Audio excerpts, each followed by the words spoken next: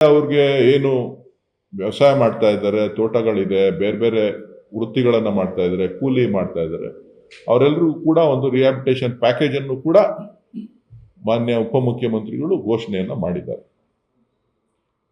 ಇದರಲ್ಲಿ ಜನತಾದಳದವರು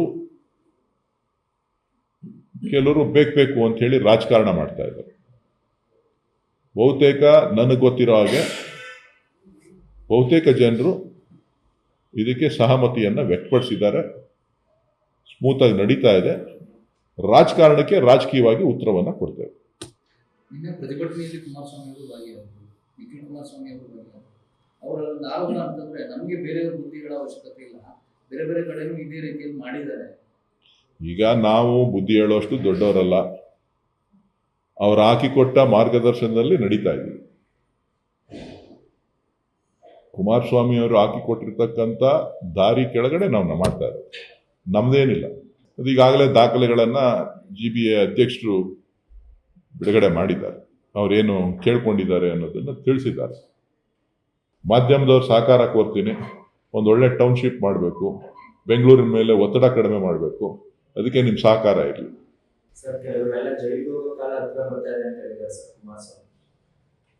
ನನಗೆ ಗೊತ್ತಿಲ್ಲ ಅಪ್ಪ.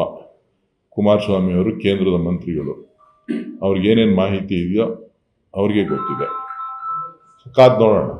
ಅವ್ರಿಗೆ ಏನು ವ್ಯವಸಾಯ ಮಾಡ್ತಾ ಇದ್ದಾರೆ, ತೋಟಗಳಿದೆ, ಬೇರೆ ಬೇರೆ ವೃತ್ತಿಗಳನ್ನು ಮಾಡ್ತಾ ಇದ್ದಾರೆ, ಕೂಲಿ ಮಾಡ್ತಾ ಇದ್ದಾರೆ, ಅವರೆಲ್ಲರೂ ಕೂಡ ಒಂದು ರಿಹ್ಯಾಬಿಟೇಷನ್ ಪ್ಯಾಕೇಜ್ ಅನ್ನು ಕೂಡ ಮಾನ್ಯ ಉಪಮುಖ್ಯಮಂತ್ರಿಗಳು ಘೋಷಣೆಯನ್ನ ಮಾಡಿದ್ದಾರೆ.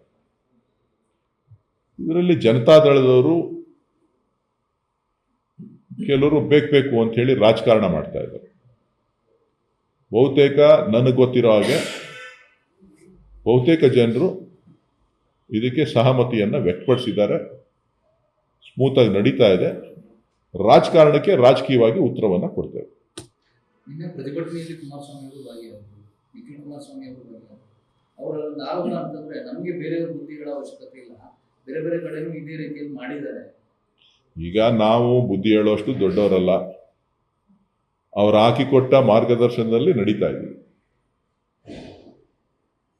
ಕುಮಾರಸ್ವಾಮಿ ಅವರು ಹಾಕಿಕೊಟ್ಟಿರ್ತಕ್ಕಂಥ ದಾರಿ ಕೆಳಗಡೆ ನಾವು ಮಾಡ್ತಾ ಇರೋದು, ನಮ್ದೇನಿಲ್ಲ. ಅದೀಗಾಗಲೇ ದಾಖಲೆಗಳನ್ನ GBA ಅಧ್ಯಕ್ಷರು ಬಿಡುಗಡೆ ಮಾಡಿದ್ದಾರೆ. ಅವರೇನು ಕೇಳ್ಕೊಂಡಿದ್ದಾರೆ ಅನ್ನೋದನ್ನು ತಿಳಿಸಿದ್ದಾರೆ. ಮಾಧ್ಯಮದವ್ರು ಸಹಕಾರ ಕೋರ್ತೀನಿ. ಒಂದೊಳ್ಳೆ ಟೌನ್ಶಿಪ್ ಮಾಡಬೇಕು, ಬೆಂಗಳೂರಿನ ಮೇಲೆ ಒತ್ತಡ ಕಡಿಮೆ ಮಾಡಬೇಕು, ಅದಕ್ಕೆ ನಿಮ್ಮ ಸಹಕಾರ ಇರಲಿ.